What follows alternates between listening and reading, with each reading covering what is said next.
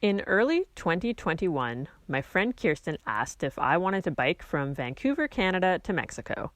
My answer was an immediate and enthusiastic yes. I'd been wanting to do a big trip for a while. After poring over accounts of other people's thru hikes and cross-continental cycle trips, I wanted to take a stab at my own epic long-distance slog. There was something inside me demanding that I test myself in a way I never had before. And finally, an opportunity had presented itself. The proposed date for the trip, summer 2022, was over a year away, so there was lots of time to prepare, to train, and to gather the necessary gear. I was all in. Well, except for the training. I figured the first 2 weeks of the trip could be the training, but I gathered gear, researched the route, and mentally committed July and August to the bike trip. We weren't sure how far we would bike. The Mexican border? Cabo San Lucas? All the way to Guatemala? And we weren't sure how long it would take us, but we were definitely going. Saying yes to the bike trip meant saying no to job opportunities. It meant turning down the chance to live with a friend in a city I had long sworn I would eventually move back to. It meant 2 months away from my dog and making arrangements for my mom to take care of him while I was away. None of this was easy, but I did it anyway. Finally, it was June 2022 and our departure was rapidly approaching. Then Kirsten called me. I was telling her how I had finally figured out how to adjust my finicky disc brakes when she dropped the bomb. "I can't go in July," she said. "My job wants to extend my contract." I didn't know what to say. Sure, it was a cool job. She was researching orcas off the coast of Vancouver Island. I knew she loved it, and I knew she was happier than she had been at work in a long time, so it was difficult to begrudge her the opportunity. But this was the bike trip. The 18 months in the making bike trip. The hours of phone calls and hundreds of dollars spent and opportunities turned down bike trip. And she was just gonna bail only a month before we were supposed to leave? Everything around me flattened and the world closed in. "I have to go," I told Kirsten abruptly before hanging up. And then I cried. A lot. I felt betrayed and abandoned and like I had no real friends in the world. A bit dramatic, but it was a big blow. I had spent the last 2 years teaching on Bowen Island, a little island off the coast of Vancouver, and I had been incredibly lonely. I spent all my time wandering around in the woods with my dog and hardly ever socialized outside of work. I hadn't realized how much I was looking forward to 2 months of constant companionship until it was taken away. After 2 years of feeling isolated, did I really want to extend that feeling for 2 more months? What if it felt even worse without students and coworkers to see every day? I made a teary phone call to my friend Dana, someone who had seen me through the ups and downs of life and who always had wisdom to impart. Dana, as she so often does, delivered a big truth. The most badass response to this situation is to just go anyway. I chewed on that thought while Dana waited on the other end of the line. She wasn't wrong. I had a pile of gear in the corner of my room, 5 maps of the American West Coast, and 2 months with no other commitments. In fact, if I abandoned the trip, I didn't even know what I would do for the summer instead. And so I ignored my better judgment, the pit of anxiety in my stomach, and the concerns of my mother. I ignored the fact that Kirsten was the one who knew about bike mechanics and I could barely change a flat tire on my own. I ignored every person who had ever suggested that a woman in the world alone is asking for trouble. "You're right. I'm going anyway," I said to Dana.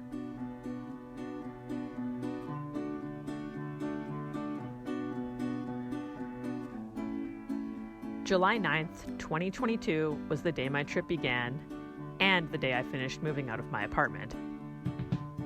I wiped the last counter clean, locked the door, put the key under the mat, and spent a moment staring at my bike. The only time I had ridden it fully loaded was a few circles in my driveway. But here I was, about to ride the stupid thing 3,000 kilometers. There was no one to see me off, no one to wave goodbye, and no one to make a last-ditch effort to convince me this was a bad idea. So I got on my bike, rode out of my driveway, and headed for the Bowen Island ferry terminal.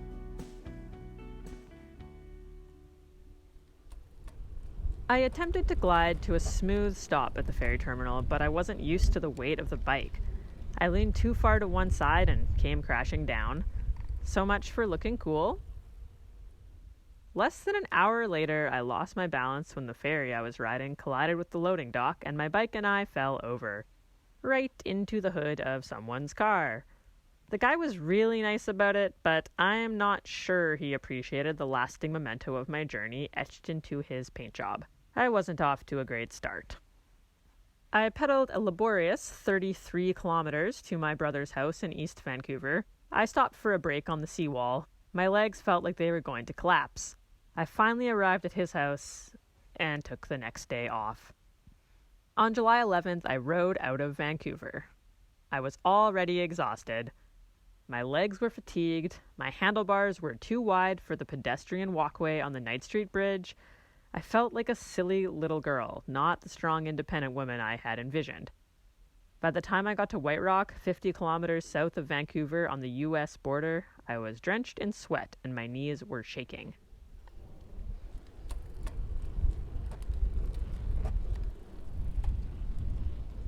The next day, on the ride from White Rock to Bellingham, I crossed the international border. I was officially in America. I pedaled 63 kilometers through northern Washington state, directly into a headwind. I'd planned to do shorter days at the beginning of the trip, but I forgot that Americans measure things in miles, and on my third day I ended up biking almost 80 kilometers. I was continuously overtaken by people on e-bikes. I met a strange man at a campground who kept asking if I liked his guitar, and I started to feel the loneliness of the last 2 years creeping in around the edges. Was this trip going to be just like my isolated life on Bowen Island, but with more cardio? But there was a little voice in my head. It was the voice of my mother, who had been telling me since infancy that I was her most stubborn child. And I couldn't let my mother down. I needed all the world to see that I was indeed the most stubborn child, and no amount of falling, car denting, headwinds, metric conversion mistakes, or strange campground men could get in my way. My inner badass was starting to wake up. With every kilometer I covered, I became a little more convinced that I really could do this. My legs started to feel a little sturdier, and my rear end no longer cried out in pain every time I shifted on my saddle. I was buoyed along by the kindness of people I was meeting every day. I met wonderful hosts through the Warm Showers network, amazing bike mechanics who helped patch up my bike for free because they wanted to support my adventure, completely random strangers who just wanted to ask about what the heck I was doing, and countless elderly people who wanted to know if I was safe. With every smile, every conversation, the loneliness got a little fainter. I started to feel at home in the world again.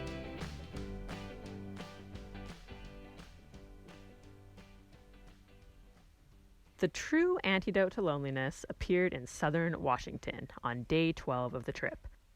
A campground host absolutely insisted that I say hello to another cyclist who was camped a few sites over from me. It felt a bit like being set up on a play date, but I stopped by nonetheless, and that's when I met Suzanne. She was from the Netherlands and began her trip on the northern end of Vancouver Island. Now, she was doing the same route as me down the American West Coast. I was thrilled to have finally met another cyclist. Up until that point, they had been sparse, and female cyclists were almost non-existent. A few days later, in Manzanita, Oregon, I crossed paths with Suzanne again, and soon she became my reliable camping companion. We set up our tents next to each other in almost every campground from northern Oregon to Los Angeles. Of course, not everything was great. There was the time I got turned away from a campground and had to bike 20 more kilometers in the blazing heat. I cried. Then there was the time I got worn out by the hills and had to push my bike up the last 30 or so meters of the incline on the way to Manzanita. And I thought about crying. Probably the worst time of all was when a very scary man at the campground in Lincoln City spent the night ranting about all the people he wanted to kill. I couldn't cry because I was scared that if I made noise, I would be added to his list. If I wanted to make a list of bad moments, I definitely could. But in a way, those darker times highlighted everything that was wonderful about the trip. The little things, like lying in a tent, listening to early morning birdsong, standing with my feet in the ocean, a million fancy coffees, the way cows always look up when you pass them on a bike, the joy of a campground with conveniently placed electrical outlets, and experiencing the slow but sure process of my body getting stronger. And of course, the big things. The things that are imprinted on my mind the same way my handlebars imprinted on the hood of that guy's car on my very first day. Seeing my first ever real live whale on the coast of Oregon, crossing the state border into California, so far from Canada that it was hard to imagine until I got there, gliding down the Newton B. Drury Parkway in the California redwoods with tears in my eyes because never in my life had I seen something so beautiful. Conquering the biggest hill of the whole trip and realizing that it wasn't even that bad. My little legs were capable of big things. Rolling across the Golden Gate Bridge, dodging oncoming cyclists, and knowing that if I could make it to San Francisco, I could make it to the Mexican border.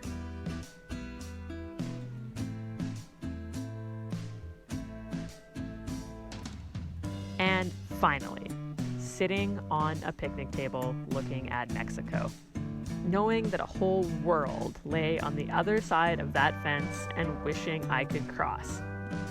Thinking of everything that lay behind me and everything that lay ahead, and knowing that if I could do this, I could do anything. I could climb mountains, I could connect with strangers, I could try new things and be anyone I wanted to be. I could even go on another bike trip. Deciding to go anyway, it really was the most badass option. My name is Laura Buchan, and this is my short. Thank you, Laura, for sharing your story. Our stories come from friends of friends, and from you, our community. If you have a compelling idea for a guest or a story lead, please give us a shout. You can use the submission form on our website, dirtbagdiaries.com. Music today from Tigers in the Sky and Brendan O'Connell. The tracks are courtesy of the artists or Track Club. Jacob Bain and Nis Cotto composed our theme song. You can find all the links, you guessed it, at our website, dirtbagdiaries.com. This episode was produced by Lauren Delani Miller, with additional production help from Ashley Langholtz and Becca Call. Artwork by Walker Call. Becca Call is our executive producer. And I am Fitz Call, and I'm going on vacation. Happy summer, everyone. You've been listening to the Dirtbag Diaries.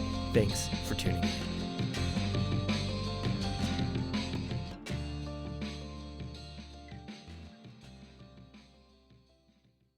Support for the Diaries comes from Kuat Racks. They've released the Ibex, an overlanding truck bed rack that handles substantial loads both on and off the grid, because we could all use some time off the grid, seriously. Constructed from lightweight yet durable aluminum, the black powder coat is made for all the nature you can throw at it. Available in different frame sizes to accommodate most truck models, the Ibex is engineered for adventure with versatile full and half-height configuration. It's an ecosystem of adventure possibilities. For more details, visit kuat.com. Kuat, because you will absolutely love this bed rack and go dope places.